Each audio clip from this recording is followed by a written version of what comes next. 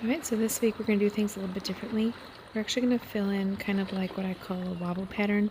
So you're just going to kind of scribble on the section, just kind of make it whatever way you want, have some of the sections intersect, so it creates kind of these little sections, these little pockets that you're going to start putting your design into. So we're going to just work on any one. It doesn't matter which one you put it in. You can follow along with what I'm doing, or you can just do your own.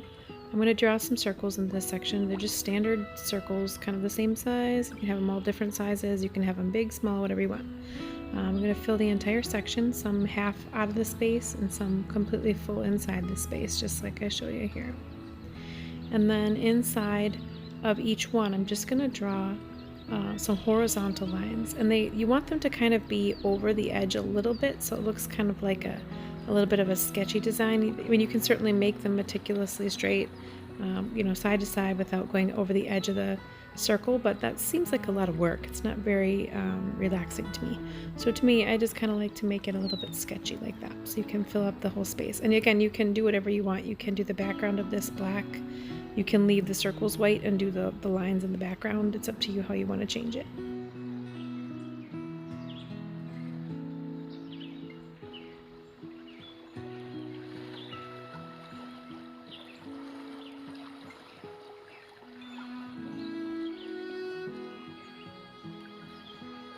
Alright, so in just this bigger section, this is a pattern that I like to put in the bigger sections. I'm just going to do some some straight lines. Kind of, I don't know, there's no rhyme or reason to it. Just pick a corner and start by drawing some straight lines. And then you're going to go, you can have as many as you want. You can have them as close together as you like. I think it looks a little bit nicer if they're a little bit closer together like that. And then you want to turn your paper a little bit. And you're going to find another corner, another kind of corner. I mean, mine isn't square, but you want to find another corner section and do exactly the same thing. And you're just going to keep turning your paper around and around until all of a sudden you fill the entire section. So now I'm going to go way over here and do the same thing there. And my spacing should be the same, or your spacing should be the same. Whatever you do in one section, you should do the spacing the same in the other sections as well. And then after you have these three corners finished, you're just going to keep kind of finding another corner to work your way towards the center. You don't have to go out very big. These are probably only 3/4 of an inch thick. You can do them smaller than that. You can do whatever you'd like. So you just want to find another corner and keep going all the way around.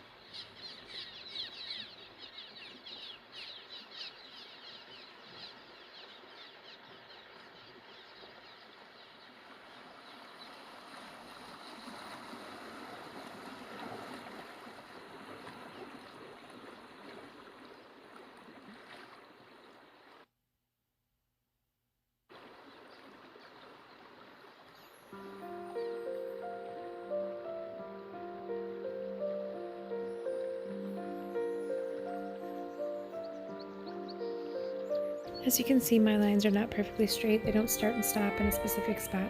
You can have yours be, again, as meticulous as you'd like. I have this little teeny tiny triangle right in the middle. I can't really do much with that, it's very, very small. So I'm actually just going to put another triangle. I'm going to kind of outline it, and then I'm just going to color that in to, you know, just fill the space. You can leave it white, you can do anything cool in there. You can add an extra section, whatever you want. So for my next section, I'm going to draw basically a grid. So you're going to think of it like a checkerboard pattern, but you want your spacing of your lines to be a little bit different. So I have two that are closer together, this big gap here, you know, closer together, and you're going to alternate or, you know, vary that. You can have them be a little bit more similar in size if you'd like. Again, you can do whatever you wish. I'm going to go with this kind of a grid where there's no rhyme or reason to it. I'm just going to kind of fill the space. Then I'm going to turn my paper and I'm going to draw intersecting lines, doing exactly the same type of process.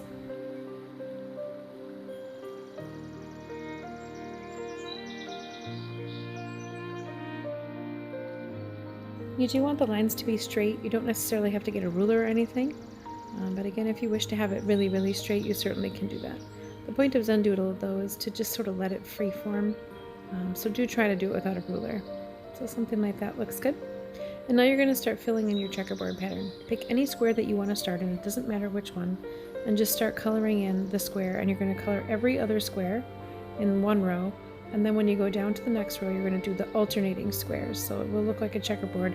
It's just not going to be an evenly spaced checkerboard. So you'll see that as you start filling it all in.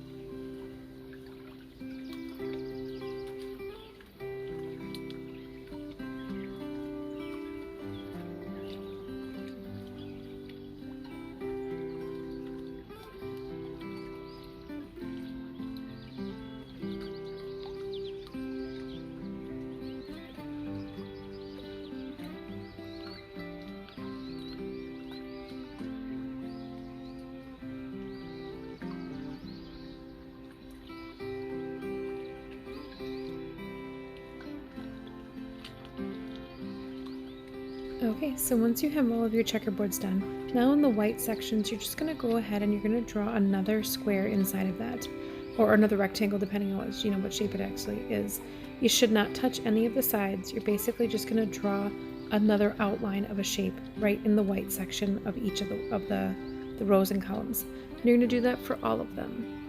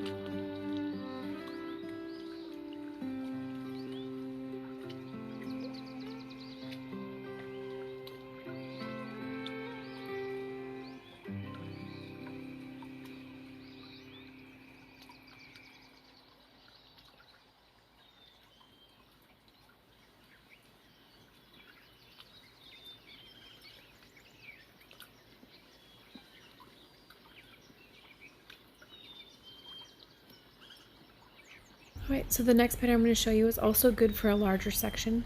It does work in smaller ones, but it gets a little bit more intricate, I guess, as it gets smaller. So you're going to start out with a basic grid. You can do whatever size you'd like. If you want a 1/2 inch, that's fine. You do want to try and get 3 or at least close to 3 full rows across and up and down, and then perhaps across if you can. So don't make it too much bigger than what I've drawn here, otherwise you won't be able to really see the pattern. So you're going to start out in the full sections. You're going to put a dot in the middle. The ones that are on the outside that are kind of in the wonky sections, it's going to be a little bit harder. So you certainly can do this section in pencil and then just trace over it at the end to make sure that you kind of get your spacing how you like it. Starting from the point, you're going to draw an arched, kind of like a leaf shape, from the center out to each corner of each box. So it should be a total of 4. And you don't want them to be super skinny. They don't need to be very fat, but you just want to have a space so that you can draw something inside of each leaf. So you're just going to go around the section, or around the entire section, and do that same exact pattern on all of those things.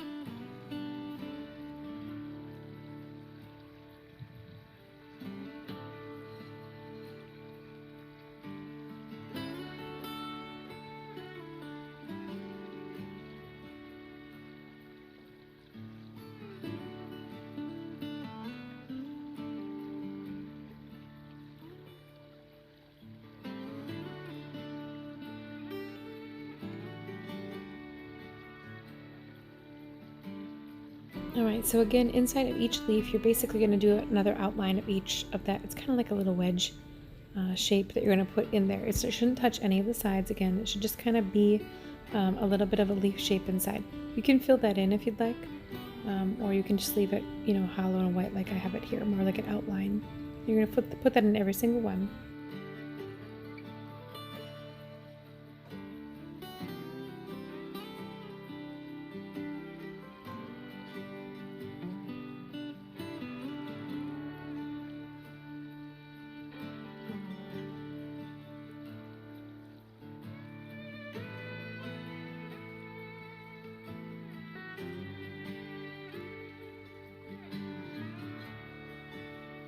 Alright, so to finish this one off, now what you're going to do is that in the white section that's between all the leaves, you're going to draw it's kind of like a diamond, I guess. It's a little bit arch shape. It might not be 100% square, so to speak. I used arch lines on the outside to sort of mimic that rounded shape of the leaf of each one. You can do whatever it is that you'd like, and you certainly can skip this part if you don't like the extra darkness that's added here. I like the contrast of having kind of a lighter pattern with that dark black center in there. So you can do whatever you want, play around with it.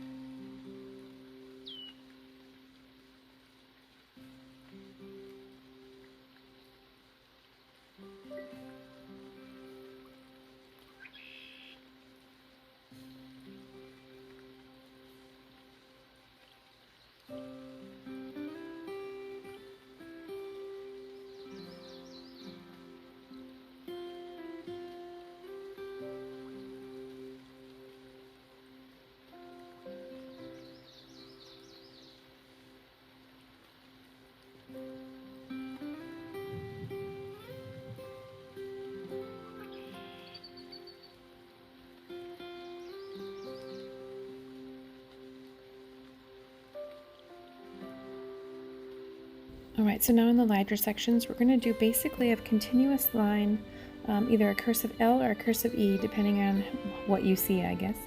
I'm going to use kind of a letter L because I want my loops to be a little bit longer than they are wide, but it really is just a technicality as to what it looks like to you. So these end sections can be a little tricky, so I'm just going to do that and then I'll move my hand and you can see what it is that I'm doing here.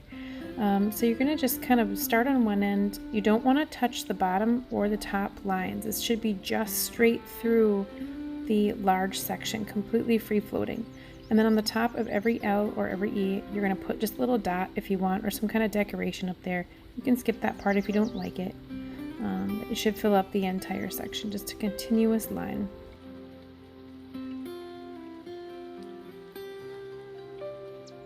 And if you want to do this section in pencil, you certainly can do that first. Again, since sometimes it gets a little tricky when you go off the paper, you have to work around another shape, and then just go over it again with whatever pen you're using at the end.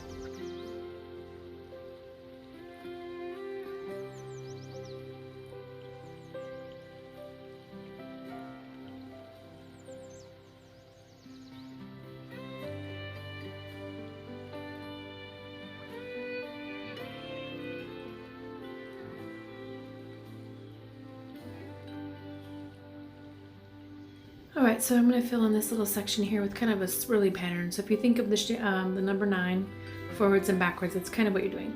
So you just have a little teeny tiny hook at the top and then a straight line straight off to the edge of the paper. So you can start that wherever you want, and you just keep repeating that shape, leaving space between every single line until you get it to the size that you'd like. And then you kind of turn the direction a little bit and do it off in a different direction. Keep doing the exact same thing, just keep repeating that same kind of 9 or backward 9 shape. I guess it would be the letter P. And we just keep going all the way around.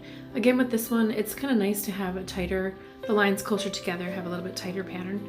And then when they touch each other like that, you can either stop or you can keep going a little bit. I'm going to do this a little bit faster. And every one that you draw should go behind one that you've drawn before, like that. So the lines should go behind that section, kind of continue off. So you just continue around the section, just keep working in different angles and different directions until you have it filled.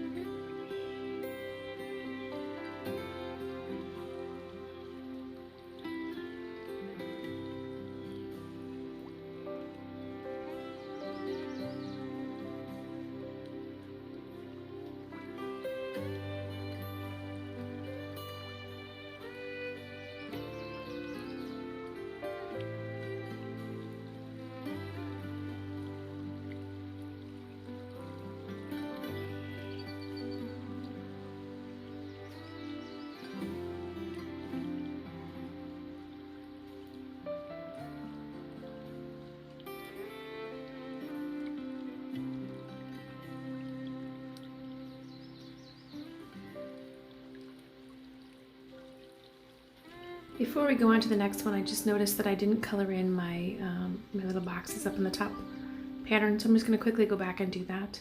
It's just going to be every other one. There's no rhyme or reason to it, but it should be every other one.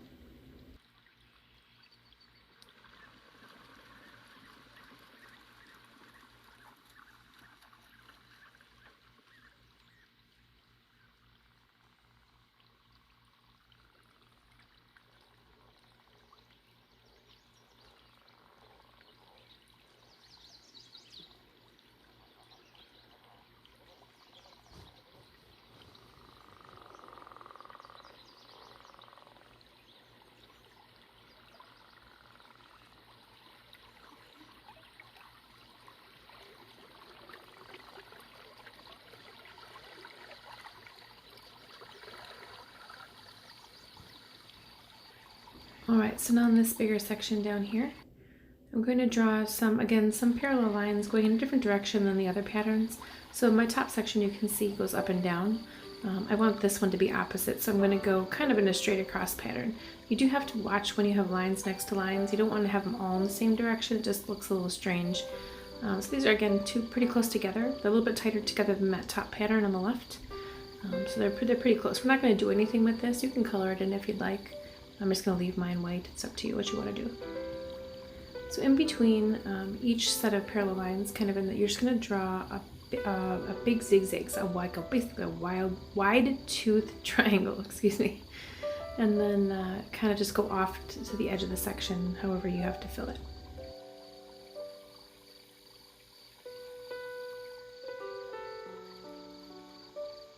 And when you draw them in the next row here, you want to try and not have your points come and meet at the same point, at the same space. You can see that mine kind of fit, like if they were smushed on top of each other, they'd stack. So I can show you this one here. I'm going to try and get them to line up a little bit more. And you can see it just looks a little strange, like it's meant to be some other kind of pattern. So I would try to avoid that, where these points, on the top and the bottom of the previous line, match up. You want to have them kind of alternating like I'm drawing right now.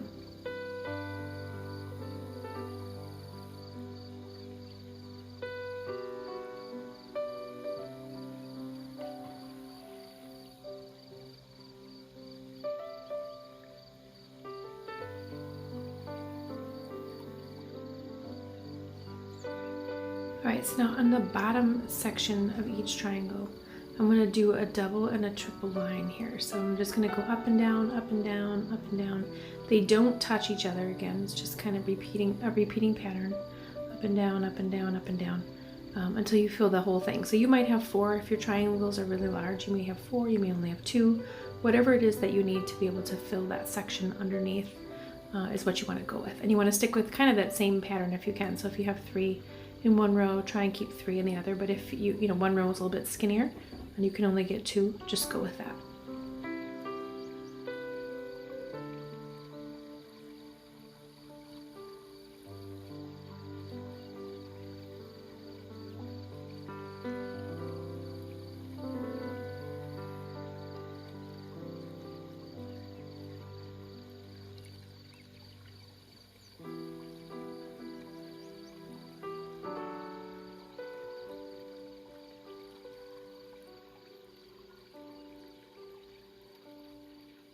Alright, so now to complete the pattern, on the very top section, I'm going to draw another triangle in the extra white space. So it's just one single triangle from the top line down, again, not touching any of the side triangles.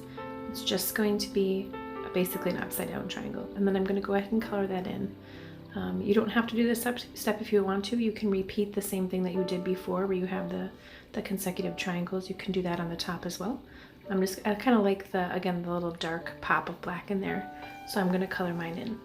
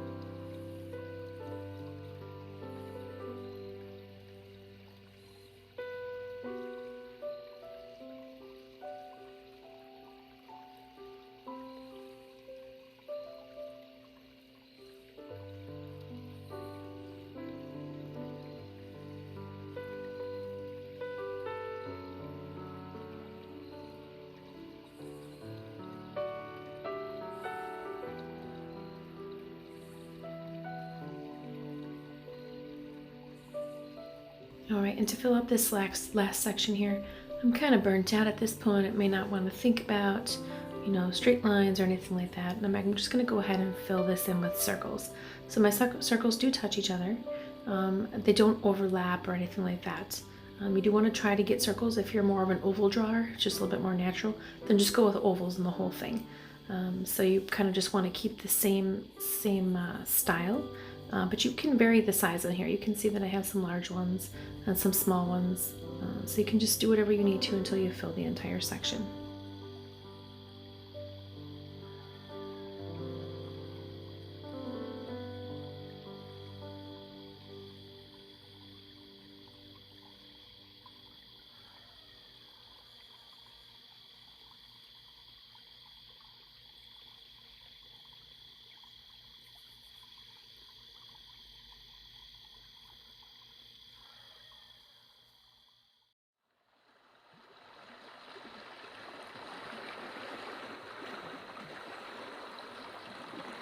Alright, so the very last thing that I'm going to do, you can actually leave it just like this, by the way, it doesn't really matter, but on the bottom you can kind of see that my pattern might be a little bit too similar.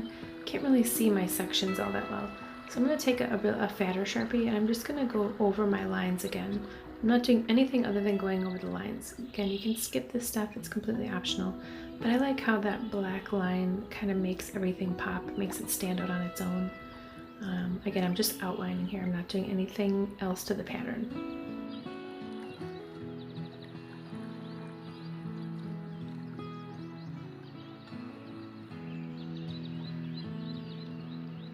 And I have this little bottom section here. It's really skinny. You can't really see it, but it's kind of that white little loop there. I'm just going to fill it in like I did that very middle triangle at the very beginning because it's not really a useful space, but I don't want it to look like an accident, so I'm just going to go ahead and put another shape in there when I'm done with this part.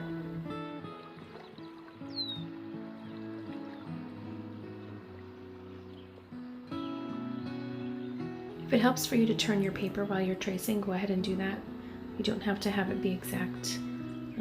Nobody's going to check it but you, so just get as close as you can, take your time, just kind of loop around.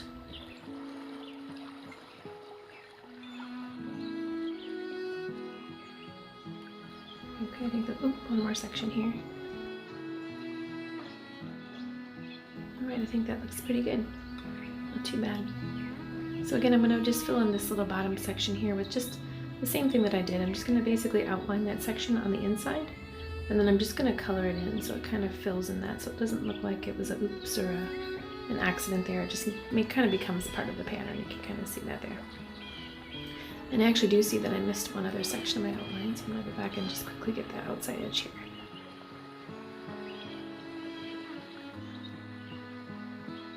It does help sometimes if you turn the paper. It's a little bit easier for me to draw towards myself, so I'm just gonna turn my paper here quickly and get that done there. So there's the patterns for today. I hope you like some of them. I hope you kind of like this design. It's a really easy way. You can just draw whatever you want and get zenny. Have a great night.